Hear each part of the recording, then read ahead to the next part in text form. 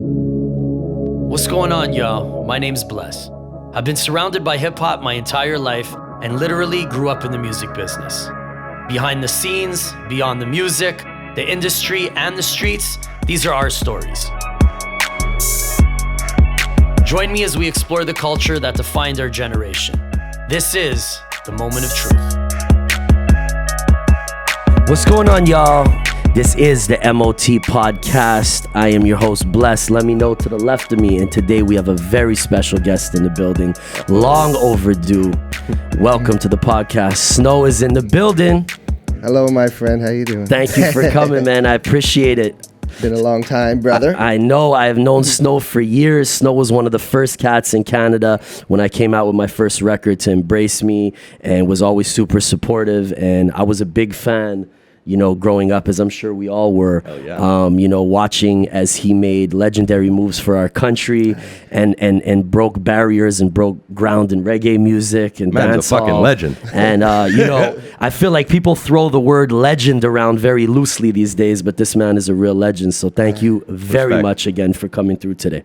Thank you. Thank you for having me, brother. Thank you for having me. Right now, we're a little bit haggard. Yeah, we had a late one last night. What happened, gentlemen? I missed it. I wasn't invited. It was good. You, what did we? I don't know what the place was called. We ended up at a little spot called Riverside. Well, let's talk about what happened before. Yeah, let's talk about what That was happened the before. main 'cause event. that- When we haven't seen each other for a while. yeah.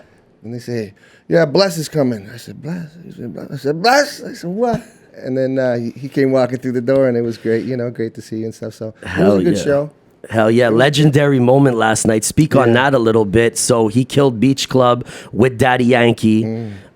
Smash hit you guys have now. The only thing as big as the original Informer is the second version of Informer, right? Which is pretty unbelievable. We're talking Speak to us billions. about There's that. a B next to that video. Yeah, it's crazy. But what was so legendary yesterday was I've never talked to him. I've never talked to him on the phone. I've never seen him. I've never, met him ever because I wanted to meet him in person and say, yo, give him the respect, that I wanted to give him. So yesterday was great to, because that was the first time I seen him, first time on stage, first time singing that song. So it was pretty good. You know, when we came into the dressing room, I had no idea of any of this. I thought they had been doing, multiple dates together. I was just happy to catch up with my big bro and shit. So I gave him a hug, boom, boom, boom. And I was like, all right, well, I'm going to let you get ready to do your shit and, whatever. We'll catch up after. And then, we had this like crazy moment where, him and Yankee finally got to connect. And I didn't even realize that was the first time until we went out last night. And he's like, yeah, history, brother. like that was like history. And I'm like, yeah, it's history because of the single. He's like, no, it's the first time we got to like break bread in politics. So I was honored to be a part of that moment, man. And I didn't know what kind of person, like it could have been weird or, awkward because I don't know him. Yeah. So right when he came in singing "Lonely, Lonely, Lonely Monday," I was like, all right, this guy, he's nice. I think I got a clip for you of that. Send it to me, brother. How was it on stage? It was nice. Right? It was it a good, like Bro. the vibe. You were on stage with him for the first time. You said so. First time, yeah. It was He's being humble. He fucking killed it. When he came out, the crowd erupted. It was unbelievable. But that's Montreal. Montreal always had love for me. Hell yeah. Every time I've done a show here, they've always gave me like, some good love and stuff. So, I always love Montreal, but I hate the traffic. This thing is crazy. It took me 6 hours to get home last Everybody night. always thinks I'm late every time, everywhere. I'm in traffic. They're like, fuck you, Bless. Yeah, it's true. But Montreal treat, it was so beautiful, especially out there. So it was a good thing to do. It was crazy. We were in the dressing room at Beach Club, and there was like a balcony door, and there was fans like screaming for Snow. He came out, I'll be down right away. How many people does Beach Club hold?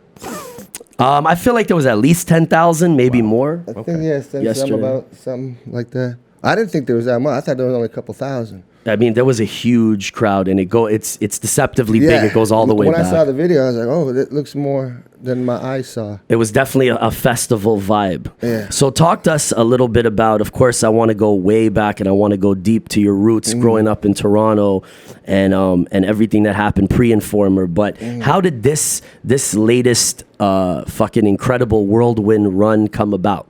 Yankees people reach out. How does walk us through that?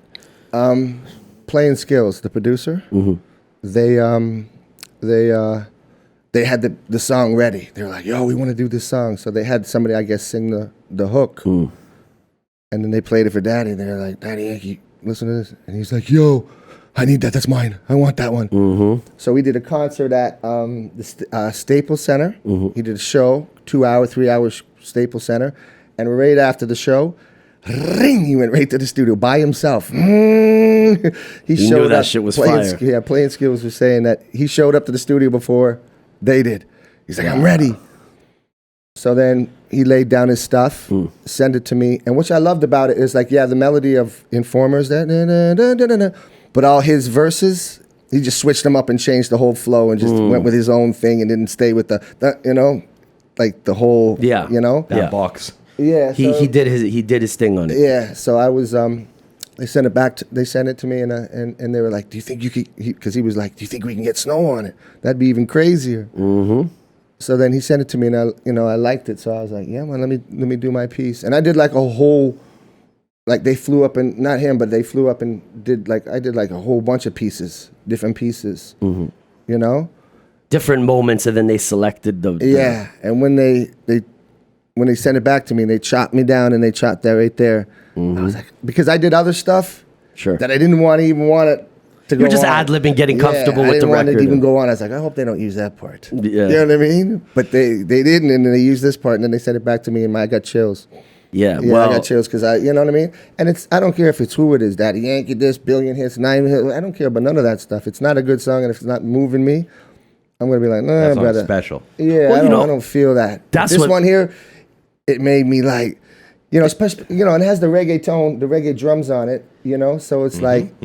And he's got the you know, that reggae tone. They got all that Latin, the reggae flow. Oh, yeah. So it's like... That bounce. Yeah, I was like, you know, it was, I was like, yeah, I love it. Boom. But you're the master of that bounce. I feel like you're one of the people who started that bounce before reggaeton was a thing. Yeah. Correct me if I'm wrong. A lot of those guys directly or indirectly learned that bounce from Snow. Yeah, there's a little something. But, absolutely.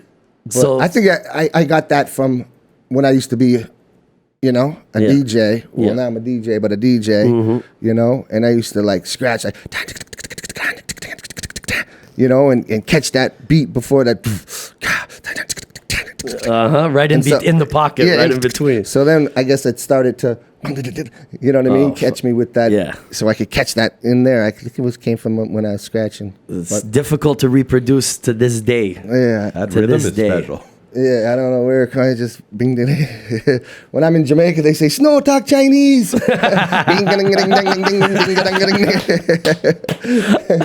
Oh yeah, they make fun of me. They do. That's they funny. make fun of me when I'm in the booth, right? Tony Kelly or whoever, big, you know, Slyer. They'd be like, "Snow, what language are you speaking, brother?" I was like, I think it's a little Irish, Snoofy-ish, Jamaican-ish, maybe, if I could say. You put that Irish jig on the bounce. Yeah, you know, so. A little river dance with the vocal. Yeah, come out, you know, but that's, you know, but Jamaica is Irish. Speak on that. Speak on that is where they got the language from, is the Irish language, is the patois is from Ireland. Right, because it was the Irish slaves that was in Jamaica. Wow, I didn't know that. Yeah, it was the Irish slaves and the African slaves, because the English took down 300,000 slaves and tried to take over Dominican Republic. They couldn't do it, so they went over to Jamaica, took over Jamaica, brought the Irish slaves. That's why everything in Jamaica, St. Thomas, St. Andrew, Irish town. Bob Marley's Irish. Marcus Garvey's Irish. Yes. He fights for the Irish independence. Wow. You know, so they didn't take the African language, right? Because they would have been talking African. Yeah. So they didn't want to take the English because that was the slave masters or the slave owners, whatever. So they took the Irish, and so that's why everything is like Irie. Yeah, Irie, and everything is that flow. So when you see, I never thought about it like that. So because when I went to Jamaica a couple years ago, the radio says, "Yes, no, welcome home," and I'm like, "Welcome home." I said, "It's not my home, but in my heart, but I'm like, why would she say this?" So I started researching. And then I found out the second biggest ethnic group in Jamaica is Irish. Wow. Right? So it was like, and then I started, boom, boom, and then I was like, oh, okay, this is where it's from. That's a crazy history lesson. I never knew that, bro. Yeah, so it's the Irish. So it was meant to be for that's why you fit in the pocket you know, so sickle well. cell anemia is black disease. Yes, I do. Irish get it too. Prodigy had it, right? Oh yeah, I believe Prodigy passed away from sickle cell. I'm pretty sure. Yeah, R.I.P. Bless. Prodigy. but I know he had it. I don't know if that's the reason, but Well, I mean, he Yeah? was sick for a long time. Okay. I believe. But Irish get that. really didn't know that either. Yeah, the Irish get the sickle cell. So obviously. So it was that this connection, and especially the Brown family who got me into reggae in my neighborhood where I grew up. It was a Jamaican family right there, lived right there, and they're the ones who cut my hair short, put the round glasses on me. I was like, yo, because I had long hair, because I'm a rocker, right? sure. I'm Aussie Kiss. They're like, yo, Snow, let me cut your hair, and I'm like, all right, go ahead. Cut it off. I said, give me them glasses you got over there on the. Over By the there. way, those round glasses are fully back in style now. I All the know, right? hipsters are wearing them. But it got me in a lot of trouble because I put on the round glasses and they said, "Oh, look at this nerd! Look at this! Oh, we can push him around." And then next thing you know, I'm like, I'm smashing bottles with the glasses. Don't break my glasses, But It's like when we used to get into it, I used to just take the chain off. That's like the only thing I carry. Break my face. Don't break the chain. Don't nick the That's, chain. we couldn't rebuy it. So that's what it was. So the Jamaican family got me into the reggae and everything. The Brown family, who I'm still with to this day, and he came in. I understand you, Darren.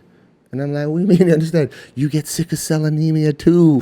I'm like, well, I don't get it, but yeah, what's going God on forbid, here? but Yeah, so that was, and it was funny because the family there who got me into the reggae, like, got me into the hip hop because in Toronto, we had a lot of Jamaicans. Everybody was like Jamaican or Trinidadian Yeah. from the islands, West Indies. Yeah. Right? So we had all the reggae music and all that locked down, but we didn't really have the hip hop like I'm talking early 80s. But we had a guy from the Brown family who lived in the Bronx and took a visit over here to Allenbury and fell in love with Allenbury. And then every time he'd go back, because he'd have to go back, but he moved. Yeah. But he had to go back in every 6 whatever, you know what I mean? So he'd always bring the culture and mixtapes and all the fat gears. lace, because you couldn't get fat laces, Yeah. shell toes. Yeah. You couldn't, nowhere near anywhere in Canada. Yeah. Nowhere near. What year are we talking? 84, 85, 83, 84. It just doesn't exist. No, you couldn't get them nowhere, no how, no shape, anywhere. Yeah. So he would go back to New York and be, fat laces, Pumas, and he'd bring us back and he'd bring back the cassettes, and he'd bring me the reggae cassettes and I'd just, and I'd listen and So that family got me into everything, the hip hop and the reggae and all that stuff, and their door number was 69 the year of my birth. You remember that? Hey, that's So you fell in love with reggae and dancehall at like pre-hip hop. I mean, not pre-hip hop, but at the hip hop first. That was my question. So did you ever try your hand at MCing? Were you ever Well, spitting? my first album, I rap. I said mega breakdown. I rapped, I sang, I did whatever. Funny how that came full circle, right? Yeah, and I'm with Tupac, Biggie, and all them people. And you're not supposed to sing. You're not supposed to do. Yeah, you were definitely don't ahead care. of that. Yeah, I don't care about none of that. Yeah. I didn't care about none of that. I would do a Kiss album, but my record label wouldn't let me at the time, I was so mad. But I would have done a Kiss album. I would have done a country album if I could find some boots and a hat that I liked. But I didn't really find the boots and the hat that I liked, so I didn't do the country music. Right? Makes a lot of sense. But the reggae, I just, but that's how we are in Canada. That's how I am in Toronto, at least. We grew up with the hip hop, reggae, all that around. We were so exposed to all the elements and maybe a bit less segregated than they were in the States. Yeah, I don't know about Montreal because it's still a little. We still segregated. have it, but it's not as preeminent as Toronto, where that island vibe is like every day, all day. we got the There's certain pockets where the jerk chicken, like there's one after another. We have like one, and you got to go there. You know what I mean? And you can't get there for 4 hours with all the detour and stuff. It's like by the time you get there, you're a jerk. Everybody's a jerk. Fair. So, but yeah, it's different. It's different. Toronto has a lot, but yeah. And then the reggae music came in. So I was hip hop. I was like, R&B, because my mother, she was like, she only listened to R&B. Like. D-Train or whoever, SOS Band. So she had 24 crates of albums. And that's the shit Puff and Big and them were sampling. Like, she took all my mother's albums. She hates him. She's like, every song I hear, That's how they felt, right? Yeah, the guys ruined it. Yeah, They rapped all the we songs. loved it because Biggie's on it, right? Yeah, We're like, of course. right? But my mom's like, nah. They butchered that record. Oh, like for her. she'd be like, I hate it. I mean, we were Commercial. saying that's too commercial. that's a formula that's always worked, from when Puff flipped Diana Ross or whatever to Yankee doing what he's doing with you with Informer. I mean, it just works. If it worked once, it has to work twice. If done tastefully, of course. Yeah, like because it's Timeless. It's timeless music. and it reminds you and stuff, so it brings you back. But my mother had the 24 crates of albums, and it was cool because he has a shirt over here that has me breakdancing when I was about 14. Kid Maze. I was Kid Maze then. I was in Snow. I was Kid Maze. I was breakdancing right there. Yes. We'll take a picture. Yeah. We'll take a picture. We'll put it up. Yeah, take the picture of that. And the guy who's with me right there, that's his mother's car. He was about 4 at the time. You know CJ? Yeah. That's his mother's car in the back, I love right? it. That's a fucking great picture. So I was hip hop then. Of course. And then a little bit after that, I started to, because what happened was the guy who came from New York to Toronto, he was American, but Jamaican, but American. I said, "You're Jamaican?" He said, "No, I'm not Jamaican. I'm American. I'm from the New BX, York." yeah. They were Prideful being from the BX. Yeah, of course you're gonna, but after time, he wasn't American no more. He became fully Jamaican. He re-embraced the culture. Yeah, like he always did. He wasn't like, no, I'm not, but he was, because it was more there. Felt like a New Yorker and American. Yeah, so he got into the more and then he would now he'd go back to New York and bring the dance hall tapes with, and I'd rewind, what do you say? What do you say? And then Tennyson, all these people just hypnotized me, and I just ride around on my mountain bike. And I sold a little dime bags, you know what I mean? I ain't no dealer or nothing, but I had a couple dime bags floating around on top of my hat, you know what I mean? And had my mountain bike going, you know what I mean? Not saying you got to weed goes with reggae or whatever, you know what I mean? But that's what I was doing. Yeah. And then that was it. And then the trouble came, but I want to get to that. Yeah. So you go from being a kid, soaking Maze. up the culture, fat laces, shell toes, b-boying, Kid Maze, bam, bam, boom. Yeah. Actually, it's funny because that's how I started. I started as a b-boy before I ever MC'd. So it's a very similar story. I graffitied, I break down, I did all the elements. Me, it was b-boying and MCing. Yeah. That was the originally I was a b-boy. That's how I met people first in the scene. My first shows, that's what gave me that performance bug. And then I was just like, man, but I want to be in front, man. I want to do this. So I'd be like 10, 11 rapping at the talent shows at the high school to all the older guys. And it was that was priceless because hip hop was still such a fresh movement. And maybe I was the only one of 2 white people at the whole jam, but the love that and how they embraced me just was a hip hop thing. That bug. And hip hop's got the love. Yeah, man. And that kind of like encouragement when I was able to, I met Pac when I was 11, totally by chance, and I spit for him, and he just looked at my pops and he was like, yo, don't discourage this. Like, don't discourage this white guy. He'll make you rich. And my dad's like, I don't know who this Tupac is. And then, Tupac became. He said to you, don't discourage you, but he said to me, don't do music. Don't do reggae music. You know that? Tupac says, yo, why Snow doing reggae music? He shouldn't be doing it. Really? Maybe because I was a little kid. I don't know. You're a little kid. Maybe we could have fought or something. We were at that age together. Yeah, maybe he was like, I don't know. Yeah. But that's funny, though, because John B. was one of Pac's big records. Yeah, well, I love John B. Talking about embracing, the way I saw as a kid, Jamaica embracing you was unprecedented. That's all I needed. When I saw you, that video, I will do, and with Buju and Beanie Man and everybody. When I saw that, I was like, wow. That was one of the first things to make us proud to be Canadian because that's what made me obviously what's happening now with the Drakes and everybody, it was hard for us to find our identity, whether we were white or black. It was being Canadians in hip hop. It was like, there was pretty much you and Maestro that was repping for us early. And it was Maestro was very local too. Maestro, I don't know if he had that reach that you had in that. No, he didn't have that reach. He didn't have that reach. Big up Maestro. Shout out. Still the man. We love Maestro. Yeah. Maestro came with that Kane Rakim, but Snow came with that international, undeniable musicality. Yeah. You know what I mean? Remember the guy who produced me, who brought it all out of me, was MC Shan. Oh God! Right, and now I just found this out. We got to go there right now. I just found this out like 4 months ago. I'm like, Shan, I didn't know you produced Rakim's first album and all that stuff. You mixed it and everything. I didn't know that either. brother. And you know, Eric B. and Rakim is my goat. He produced what happened was he came in, Rakim came into the studio. Yeah. In Queensbridge, in the house. Mm-hmm. Is this before he hooks up with Eric B? This is before. No, same time. Like just same time they came. Mm-hmm.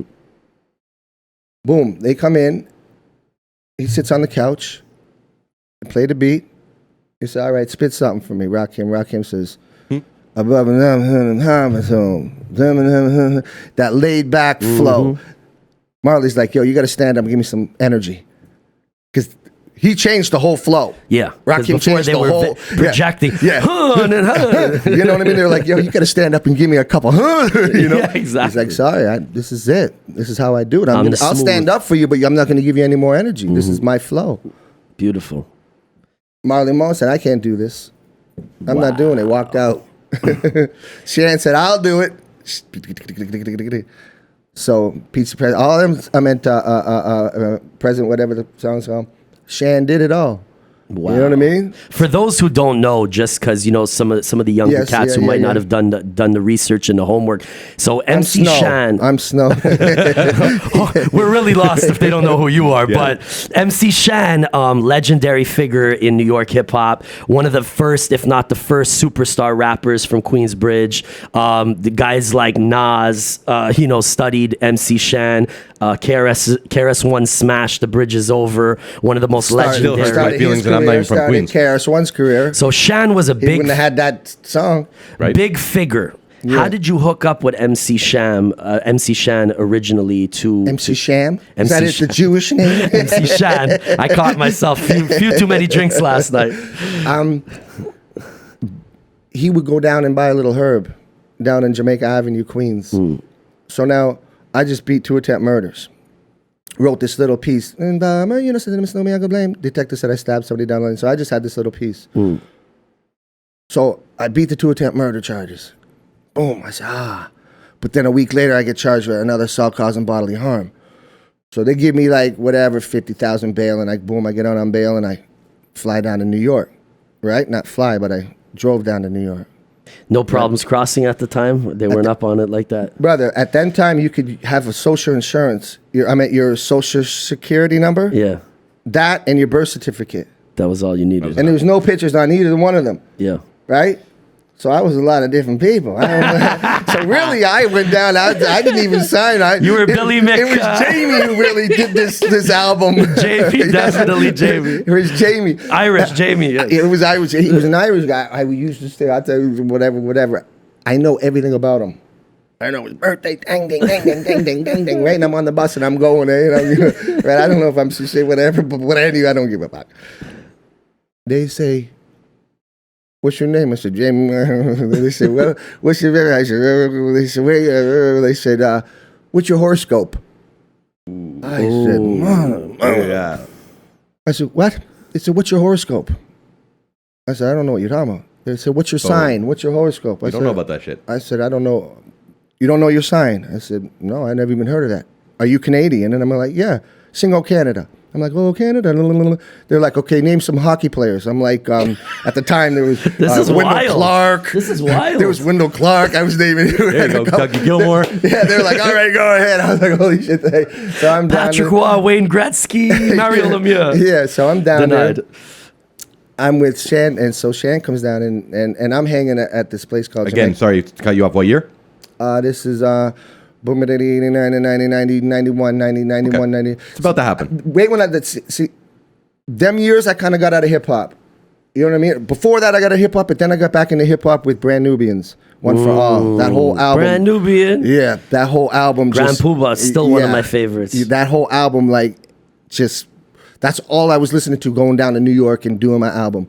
That Beat is still so dope to freestyle. Yeah, so I just love that. So I went down to Jamaica Avenue, and then Shan, they were like, "Yo, Shan, you gotta hear this kid." And Shan like sat up on the stairs, and Shan, and I love Shan. I love Shan more than I did KRS-One. You know what I mean? Because of the tone. I like Michael Jackson's tone, and Shan had that. I love that his style. He left me lonely and all that. I liked his flow. So I was like, "Yo, Shan, what up?" Yeah. He's like, "Let me hear you." And I was like, blah, blah, blah, blah. He's like, "Yo, come to my house." I was like, all right, boom, I'll come to your house, right? Remember, I'm on bail back home. Yeah. I'm like, all right, boom, I'll come to your house. This is why Shan loves me more than anybody in the whole world. Yeah. And Shan's already said this in interviews, so I'm not busting anything or talking about anything he's never, you know, I don't talk nothing, but I come in and this is MC Shan, right? But he don't got too much money. You know, hip hop, they're making like $500 a show back. You know, at that time, Cool G Rap and all the greats. These fucking labels were keeping people on a short leash so they could control what was going on because it was booming so fast. Yeah. If they were going to, you know, give the artist money, they get pushed out. Because and Fly Tie was his manager. And remember, Fly Tie saved hip hop. Fly Tie and Magic, right? Magic from the radio station. Mr. Magic Marley Marl. They brought. I don't know if you know this, but I know Fly Tie, but they brought them into the office and said, listen, we want you to kill hip hop. We don't want you to ever play hip hop again.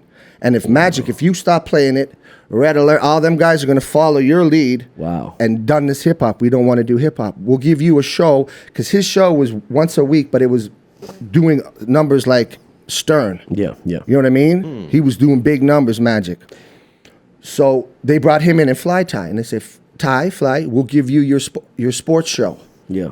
You know what I mean? You could do your own sports show, and we'll give you your show on the morning show every day. Yeah. But you can't play hip hop. We don't want this. The major labels don't know what to do, because this is all Tommy Boy, Def Jam. These are all independent labels. Yeah. You know what I mean? That was running hip hop. So the big labels said, we don't know what to do. We don't want it. Dead it. Squash it.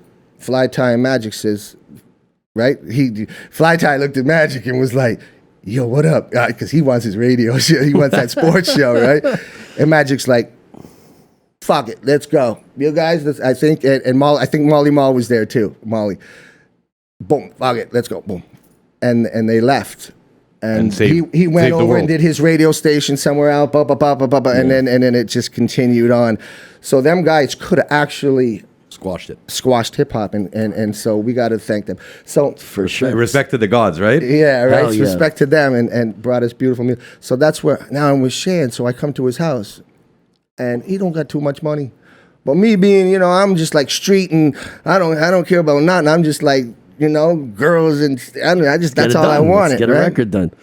I didn't even want to get a record done. I'm like, I just cool chilling with you. Just want to hang out. Yeah, I didn't go down there. Okay, I want to make a record, and I didn't want none of this. I didn't go down there to make an album, and Sick. I just ran into Shan. Let me hear you. I'm like, okay. He said, come back to my house. I got a studio. I've never been in the studio before in my life. Said, okay, right. so like Inform was kind of just a freestyle, like I a little verse. piece. Yeah. Not even a verse, just that little piece from in jail. Wow. I wasn't I didn't want to write. I wasn't writing in jail. I don't write now. I don't sit there and write lyrics. I just go to the studio and then boom, and then we'll figure It's it a out. little buzz you had in your head. Yeah, I'm talking about even now. I don't like sit at home and write lyrics and You feel your way through it. I just go to the beat and okay, let me just feel it and go with it. So I wasn't really like, I was more of a music lover than a music. Well, in my experience, that's when the magic happens. Because just like you said earlier, they extracted that moment for the Yankee remake of Informer.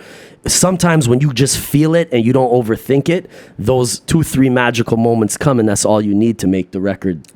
You know I didn't what want nothing. I didn't do it for the money. I didn't do it for the girls. I didn't do it for nothing. I was just like, yo, Shan, I was just happy. I got a bottle of booze. I'm like, all right, Shan, what's going on, brother? It's I a don't fun care. Tuesday. Yeah, it's like, okay, if nothing happens, it don't happen. At least you get to chill with Shan. Yeah, Great. and he's a great guy. You know what I mean? He's funny. So I go to his house, but he got no money. So the dog's hungry. The kids are hungry. Everybody hungry a little bit. So I said, Shan, fuck, what's going on here? Everybody hungry, brother. I said, I'll be back in 10 minutes. And I'd go to the AP&P, and I'd steal roasts and steaks and everything. I'd steal burritos for the dogs. I'm stealing everything. Shan, I'd come back, and that's why Shan loves me so much. And every time I talk to him to this day, he says, Snow, you know why I love you? He goes, because you gave your freedom. If I would have got caught, I'm back home. I'm on charges. If you got caught, risking I'm fucked. Risking. You know what I mean? Yeah. Just to feed somebody I don't even know. Yeah. You know what I mean? At that the time. 90s was a reckless time, my brother. I'm being everybody's eating and feeling good. You know what I mean? I go into the store and I'd steal all these chicken sandwiches, right? I love these little fucking chicken sandwiches, right? So I go into the store and I'd steal every one of them, right? I come back to the studio and I'd eat. I come back into the 7-Eleven. I come in and he looks at me, he goes, and I fill up. And I come walking. He goes, you. I go, what? He goes, you steal all the chicken sandwich. I go, what are you talking? I got chicken all. I said, what are you talking about, brother? He goes, every time I fill up, you come in, all gone. He goes, I go, you're out of your mind. You're nuts. You're walking like Stay Puft Marshmallow. I go to shit. I say, I wish someone could illustrate that as a cartoon. You know, it's like people tell stories and they illustrate it. You're nuts. He has like a snowsuit full of chicken sandwiches. brother. A snowsuit full of chicken sandwiches. and Snow, do a harmony. I said, brother, what's a harmony? I didn't know. Yeah. And he would play like Girl, I'm in her. Girl, he played that beat for 2 days. I had mice running on top of me. Girl, I'm in her. I was like, holy fuck, man, I got to write this song quick. You know what I mean? But, and that's what it was. Me and him just sat, and he just brought out like all these melodies out of me. You know, and he would help me with words. You know what I mean? Me and Shan would just do some work, and the melodies. Like just a melody. You know, that's why. I'm melody way better than I am. Like a lyricist. If you say, "Oh yeah, Snow's a lyricist," no, Snow's not. I just whatever. Some songs, I just leave them how it is. I said that shit sound good, You know who man. does that? Timberland. That's his whole. Yeah. That's his whole process. He even like he like fuck beatboxing. He hums the melody. Loops the melody and then recreates it around what he hummed. Yeah. And then he does the same thing to fill in the ad libs and the hook and all that. That's what I've been doing. That it's all feeling, right? Yeah. The words could be clever after. Yeah. It's feeling. So I'd give him like 100. Like now I'd give like if it's Cool and Dre or none of. I'd give him like 15 melodies, and they just chop, put them together and say, and then I love it, but they would like, okay, now we need words. I'm like, no, man, it sounds good just like that. Like, I think I was the first mumble rapper. You know what I mean? In Japan, I'm the best freestyler ever. Because they don't understand what the fuck you're saying. I'm like, you're gonna stop blood. I'm gonna. Like, yeah. You know, a moment yesterday that I don't think you caught because everybody was in celebration mode. Kenny B says to Yankee, "Oh, with the like your poom poom and all that." Yeah. I was surprised that radio played it, and then he's like, so Daddy Yankee looked like kind of confused, and then he goes, "You know what? Like I like your poom poom means, right? It's pussy." And Yankee was like, "Oh, really?" Like he didn't even correlate or care or whatever. Maybe somebody suggested it to him while he was doing it. Yeah, I don't know. That flew over a lot of people's head, which is for guys like me and you. It's like, I was like, what's the most even when I said iconic patois word of all time? Poom poom. Like when I said it, like it sounded like I haven't got no flack from no Jamaicans yet. But your original was "I lick your boom boom, I'll pop you," right? That was No, the original, Shan hates the licky boom boom down. The original was a skiddly boom boom down. Oh. So it was just a sound I did. A skiddly boom boom down. Yeah, it wasn't about do that again one more time. Sorry, I just needed it. A skiddly boom boom down. Okay? So it was just sample that. It was a sound. You know what I mean? It was a sound first. So then it came with a licky boom boom down. And then my mother, it was her who said it first in the interview. Oh, that means, that he licks the boom boom, he'll punch out the informers. We hate rats. And I'm like, okay, Mom, I guess that's what it means. Ma Dukes is gangster. Mom's hard. Like, we need to bring Ma Dukes on next time. No, she's too tough. She's too rough. I love it. So she had the 24 crates of records, like I said. Yeah. So in the parking lot, we'd be all having the speakers, and we had our 1200s that you couldn't get. We had to go to Florida to buy one. It was so heavy. Who stole one? What? Someone stole the 1200. That's part of it. That's every episode. The DJ stole the 1200. That's how they started. We had it. No, we bought it though. You bought it? Okay. We went to Florida. We bought it From the chicken sandwich master. That's no, I know it was unconventional. Bad. You should have stolen. No, I know, but it was so heavy. It was too fucking heavy. 1200's over chicken sandwiches. Just say 800, less than 800. So you can't go over 1,000 at 10 times. So you can't do the 1200. Right? So, but what happened? We'd be jamming out in the park, and and my mother would fucking come out. Sorry, can I swear? Whatever. I don't swear a lot, but. Let loose. My mother would come out and be losing her mind because we'd be like mixing and put the record over here, grab another record. And all her records were getting melted in the sun, because the sun was melting all the vinyl, warping them. Fuck, that's You're melting all my fucking records, guy. I want them all in. She's bringing the crates in. Mom, we need the D tray. We need the S, right? So records was life, though, right? That was our access to fucking My fun. mother is music. You've never met anybody in your life like my mother with music. She cries to me. Darren, man, music is taking over my life, Darren. I'm like, Ma, it's all right. She's like, it's taking over my fucking life. I'm like, Ma, it's all right, my G.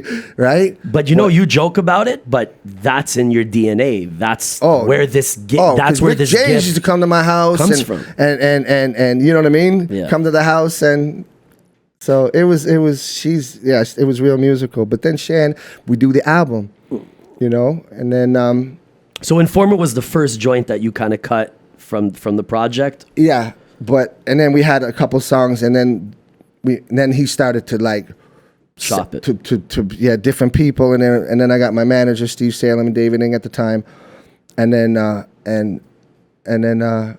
did you bring it to?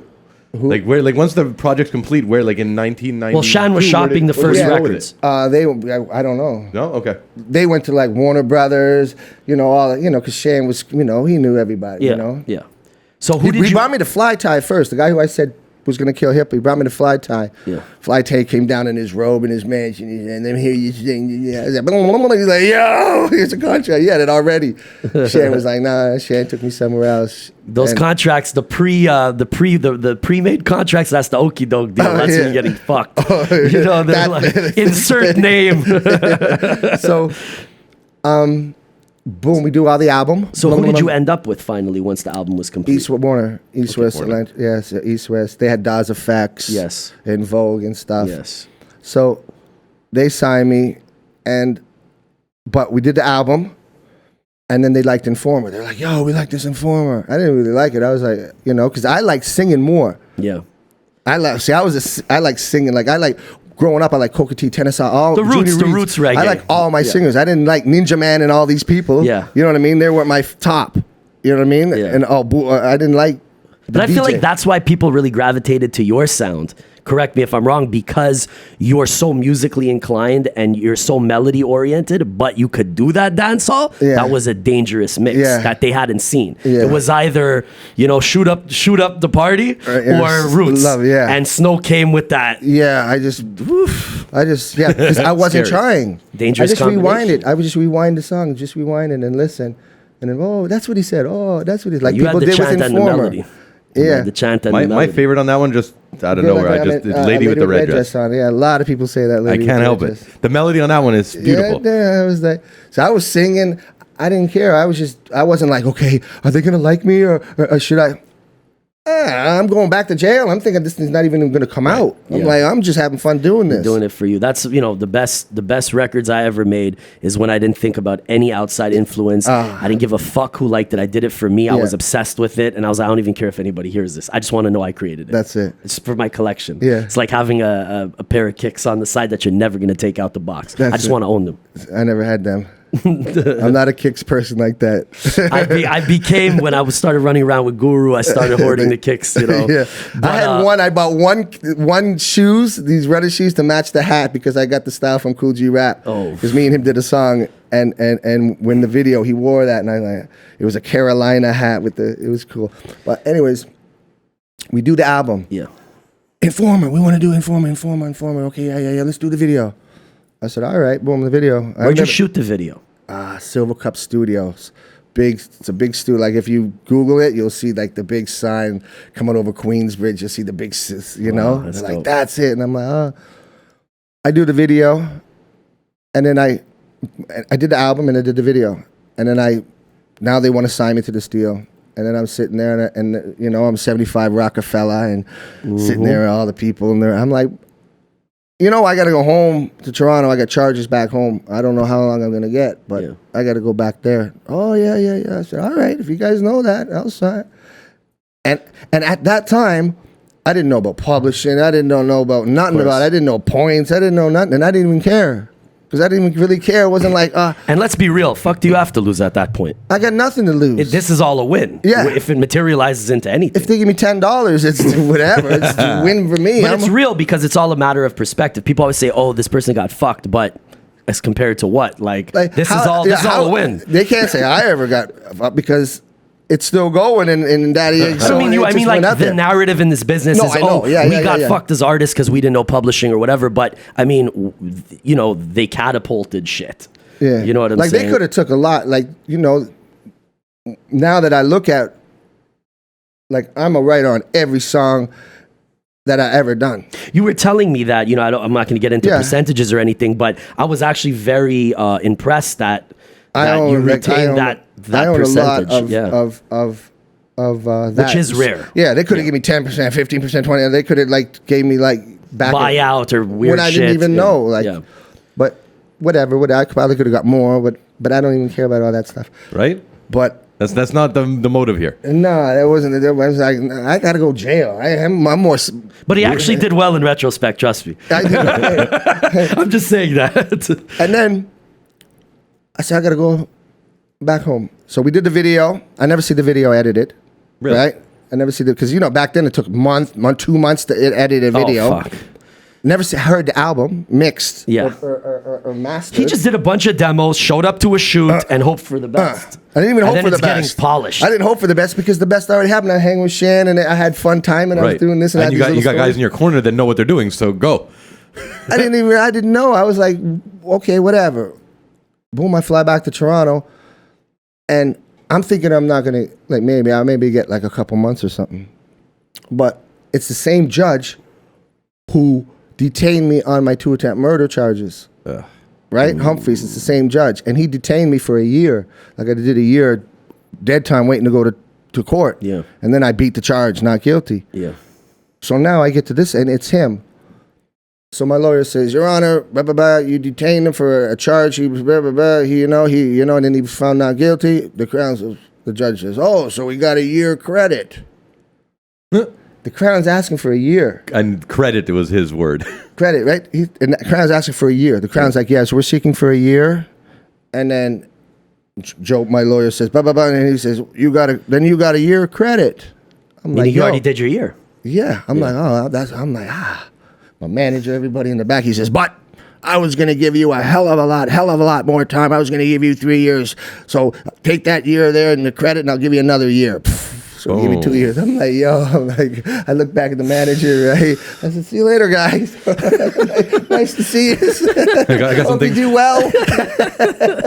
Hope you do well with the record. Right? Off to jail. Now I get to the Don jail.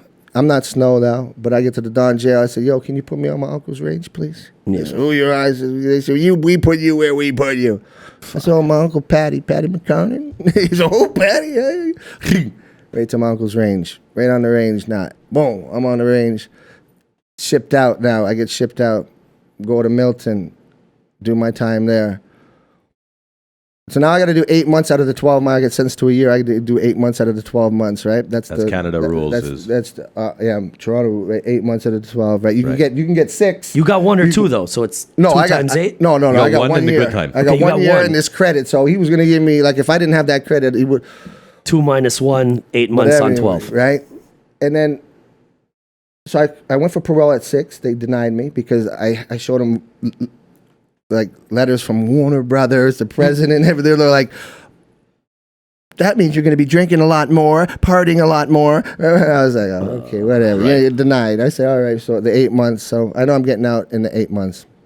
So about 2 weeks after that, a guy in jail who's with me. All my people are in New York doing their thing. Yeah. I'm not signing Canada. I don't have nothing in Canada to do. And I'm not saying shit. Whatever. I'm not saying nothing bad, but that's where I just stumbled on them. Yeah. You know what I mean? If I could sign here and be with people here, I would have done that first. But I was with them. So nobody knows that you're about to blow really outside of your own little Nobody circle. knows I'm going to... Oh, no. All my crew know I did a little song, but they don't know I'm going to blow. But like the Toronto music business at the time is unaware that Snow's coming with this massive project. They don't know nothing about Snow in the music business. They only know Snow from basement dances in Scarborough when I used to go and grab the mic and just kill the basement dances in Scarborough.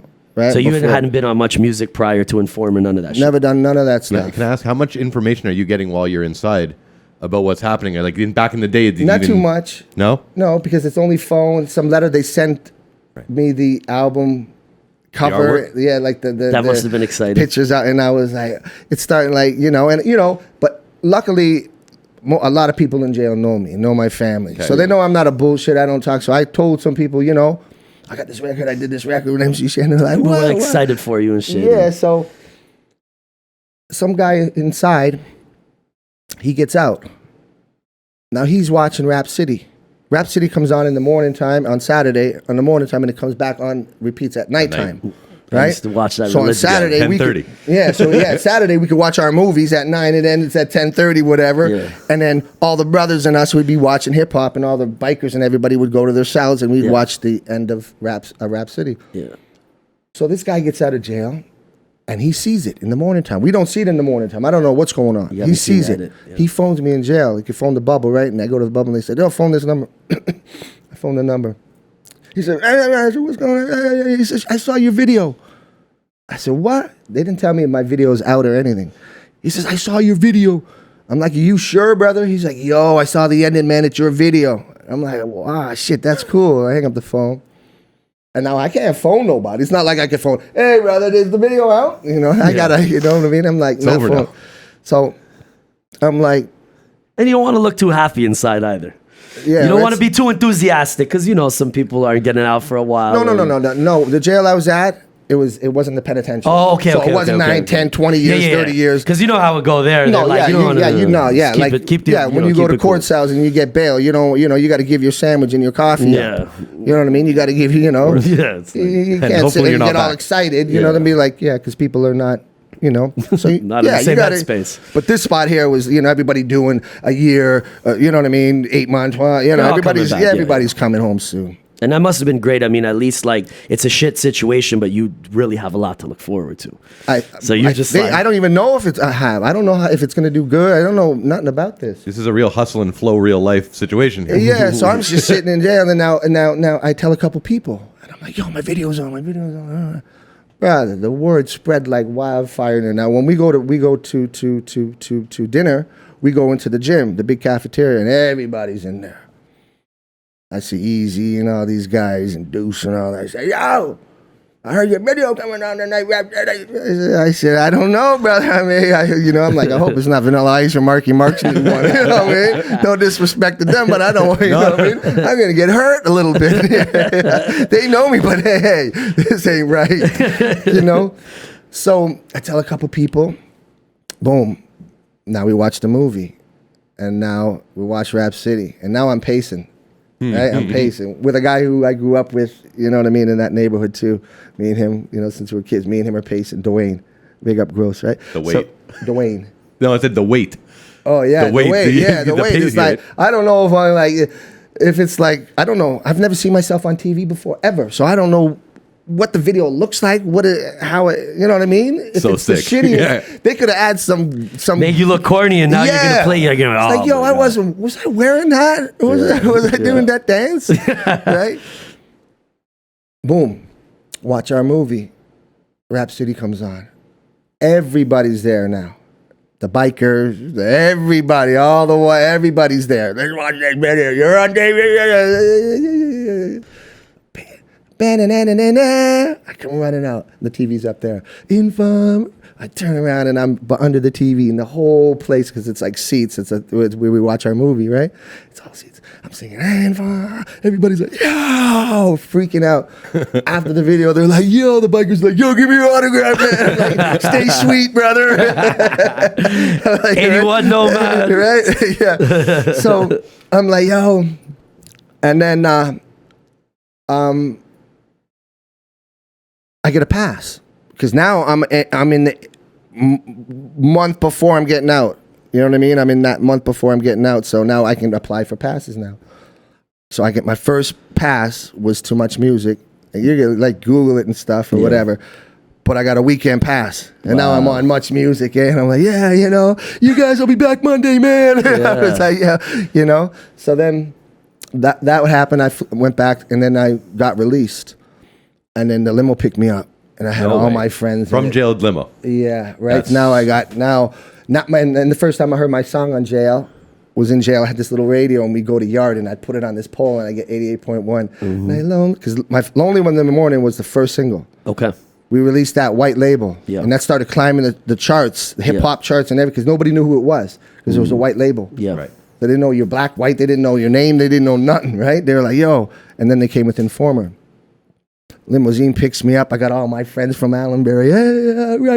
Fucking, you know. I said, brother, I got to go to this clothing store. They want to give me free clothes. I said, can you believe this shit? They said, they want to dress me, right?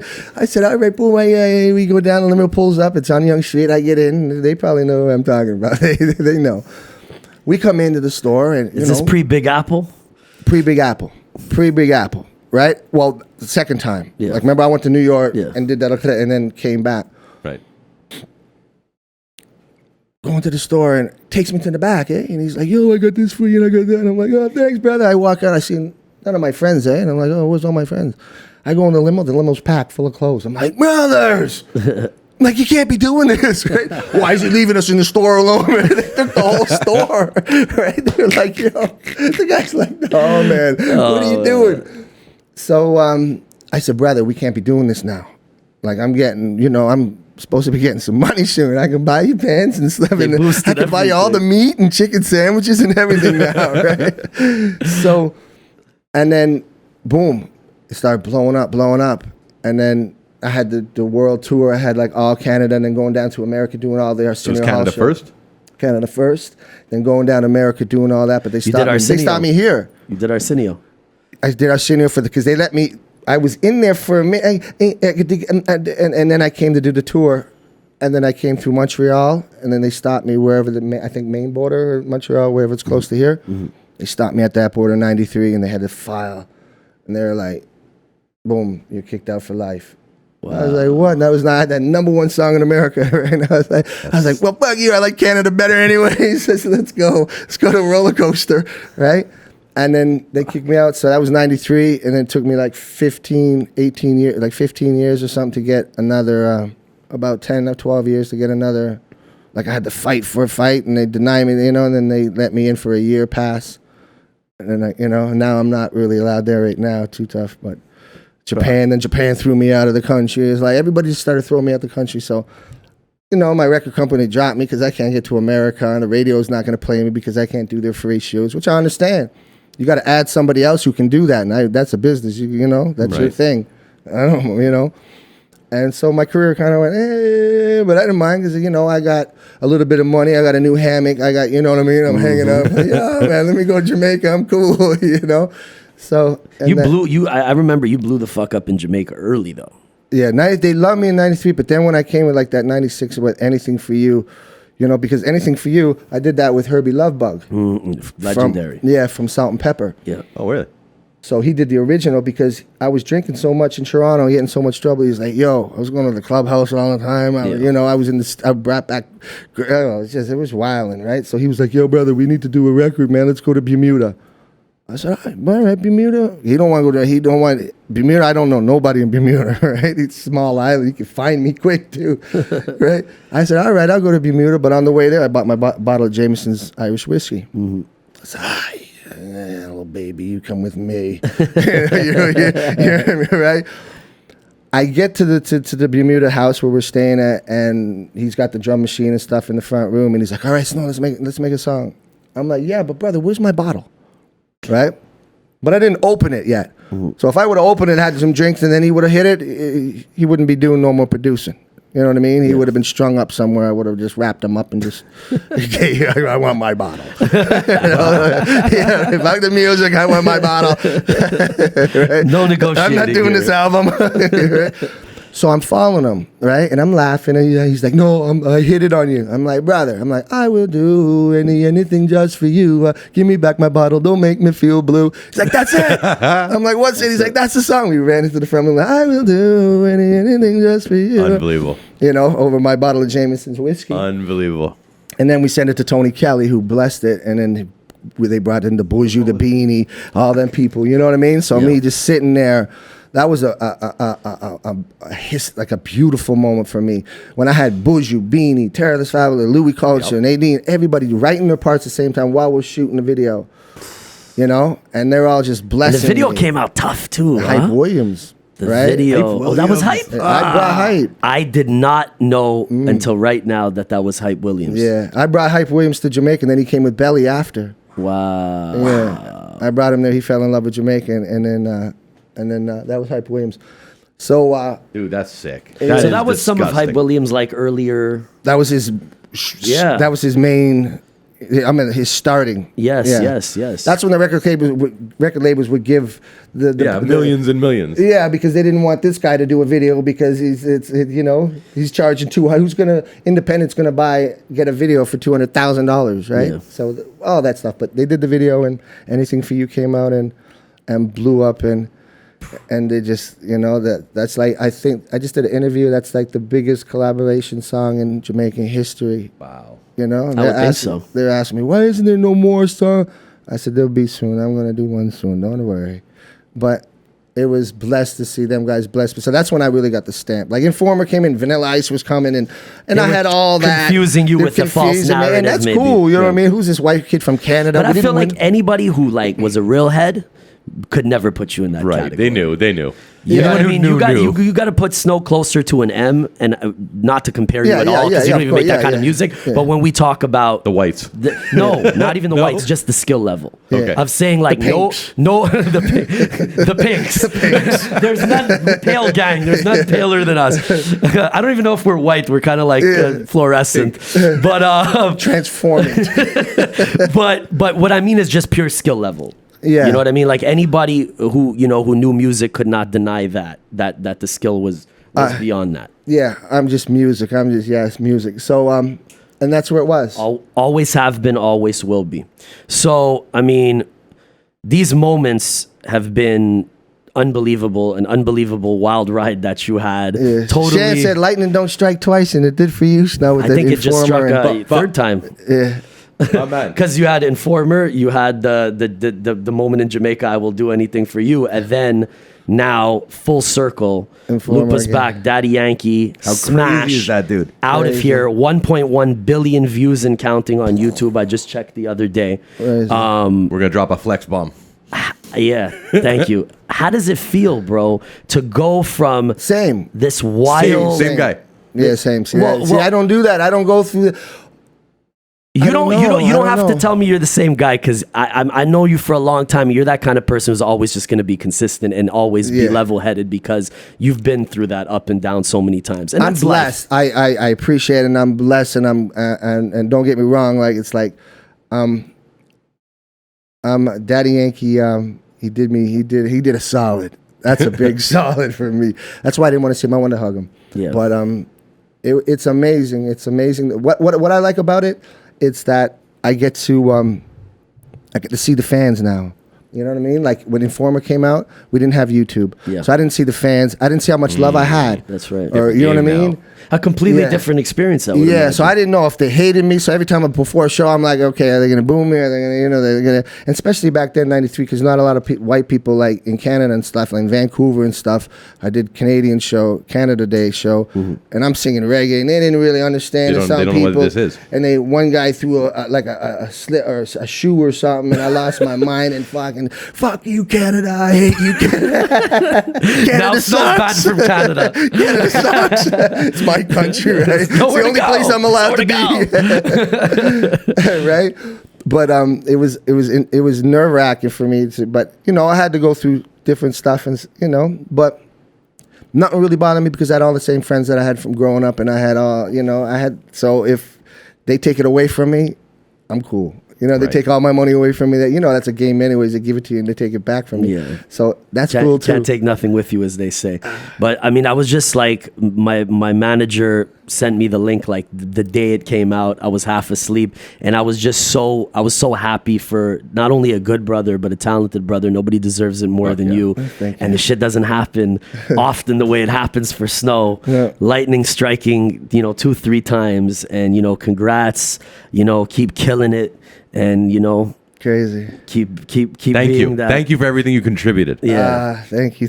A real Canadian musical icon, man. Yeah. And Big up. I said fuck Canada the last thing I said, but I don't mean it, Canada. No. I love you. I love this. I love this country. But thanks. Yeah, that's we're coming Special. with some more. We're coming with some more. You had a Yeah, good we life, got- brother. we You got- you have a lot more to do. Yeah, Yeah. we got to do a part 2 next time. Yeah. Next Cool. time you're in these parts and go even deeper because I know you got stories for days. Days, God. yeah. For days and days. I could have pulled. You give me a pillow here. I lie down here on the couch and just Therapist, talk. Yeah. talk to therapist, Bless. But I think you just came up with our new show. so that's Therapy for with sure. Bless. Yeah, therapy with Bless. Right?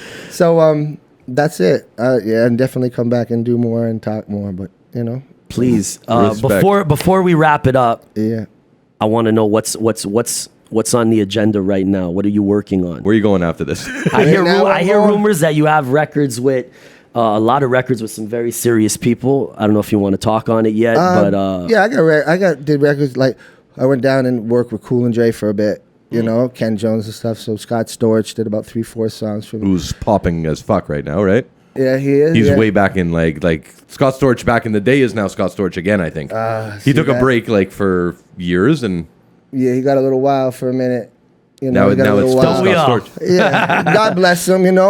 Good other, good Jew too. Another one, right? Another one. bless him. There's a couple of yous out there, right? mingling behind the scenes, Yeah, right? me in front of the scenes. My you know? daughter's Jew, so yeah, she's cool. So, Yeah, man. but yeah. So some Fat Joe. We got some songs with Fat Joe and stuff. So, just different people. But I want to do a couple more of the reggaeton because I like Right. that flow, and I love the Latin vibe. I love the Latin people how they're like Jamaicans, how they just move and dance. Yeah. It's like I'm Irish. We do a little river dancing here and there, and do a fight over there and stuff. But it's good to see them like really moving and watching the YouTube and just seeing these people dancing, little kids dancing and it's so dope that because they have this this huge light on reggaeton right now that a guy one of the godfathers of reggaeton, Yankee, reached back to pay homage properly is to me the dopest shit about this whole project. Yeah, so that's that's just real respect. He's Well, man, I can't wait to hear the new records, man. Yeah, we're coming. Continued success, big bro. Yes, and thank you. I got some shit. I got some rhythms coming your way. We're working. Thank you so much for coming on, my brother. Thank you so This much. is the Moment of Truth podcast. Big Snow in the building. Yeah, moment of truth, man. Yeah. Enjoy, my brother. Thank you again. Yes.